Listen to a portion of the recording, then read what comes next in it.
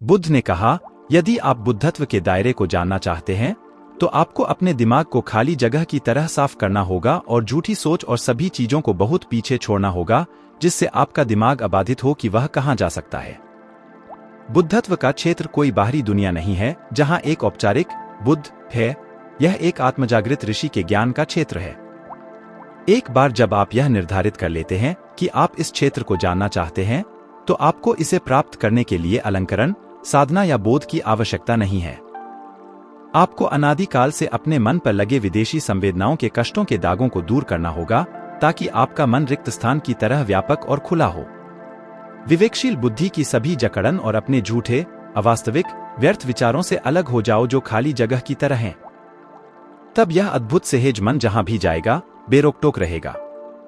एक प्राचीन योगी ने एक कहावत कही थी, बैल की तलाश करने के लिए व्यक्ति को उसके पदचिन्हों की तलाश करनी चाहिए। पथ का अध्ययन करने के लिए नासमझी की तलाश करें। जहां पटरियां होंगी बैल भी वहीं होंगे। नासमझी का मार्ग खोजना आसान है। तथाकथित नासमझी का अर्थ मिट्टी, लकड़ी, खपरेल या पत्थर की तरह निष्क्रिय और अनजान होना नहीं है। इसका मतलब यह है कि परिस्थितियों के संपर्क में रहने और परिस्थितियों का सामना करने पर मन स्थिर और स्थिर रहता है। ऐसा मन किसी भी चीज से चिपकता नहीं है बल्कि सभी जगहों पर बिना किसी रुकावट या अवरोध के स्पष्ट होता है। बिना दाग के, फिर भी बिना दाग के निर्मलता में रहते हुए यह मन शरीर और दिमाग को एक सपने या भ्रम की तरह देखता है, फिर भी सपने और भ्रम की खाली शून्यता के परिप्रेक्ष्य में नहीं रहता है। केवल जब कोई इस तरह के दायरे में पहुंचता है तो इसे सच्ची नासमझी कहा जा सकता है। नहीं, यह दिखावटी नासमझी नहीं है। बस जड़ तक पहुंचो, शाखाओं की चिंता मत करो। इस मन को खाली करना ही मूल है।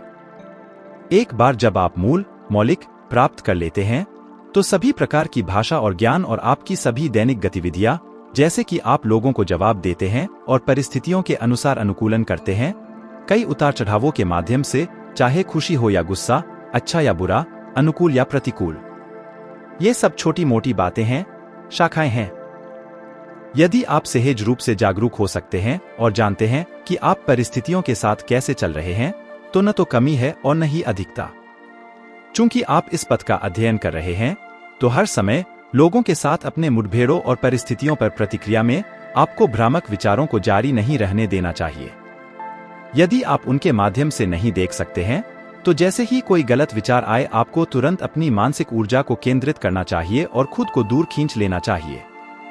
यदि आप हमेशा उन विचारों का अनुसरण करते हैं और उन्हें बिना रुके चलते रहने देते हैं, तो यह न केवल मार्ग में बाधा डालता है बल्कि आपको ज्ञान से दूर ले जाता है। पुराने दिनों में क्विशान ने लेजी एन से पूछा, दिन के 24 घंटों के दौरान आप क्या काम करते हैं? आलसी एन ने कहा, मैं बैल चराता हूं। आलसी एन ने कहा, मैं बैल चराता हूं। क्विशान ने कहा, आप इसकी देखभाल कैसे करते हैं? आलसी एन ने उत्तर दिया, जब भी यह घास में जाता है मैं इसे नाक से वापस खींच लेता हूं। क्विशान ने कहा, आप वास्तव में बैल की देखभाल कर रहे हैं। जो लोग गलत विचारों को नियंत्रित करने के लिए पथ का अध्ययन करते हैं, उन्हें अपने बैल की देखभाल करने वाले आलसी व्यक्ति की तरह होना चाहिए, फिर धीरे धीरे अपने आप पूर्ण परिपक्वता आ जाएगी। ताहुई का जन्म 1088 में हुआ था और जब वह भिक्षु बन गए तो 17 वर्ष की उम्र में उन्होंने अपने बाल गिरा दिए। इस समय में चीनी चान की प्रारंभिक क्लासिक हस्तियों की कई कहानियों और कहावतों को शिक्षण सामग्री के रूप में उपयोग किया गया था। हालांकि ऐसी तकनीकें और आध्यात्मिक मार्गदर्शक भी छात्रों के लिए बाधा बन सकते हैं जब वे लगाव की वस्तु बन जाते हैं।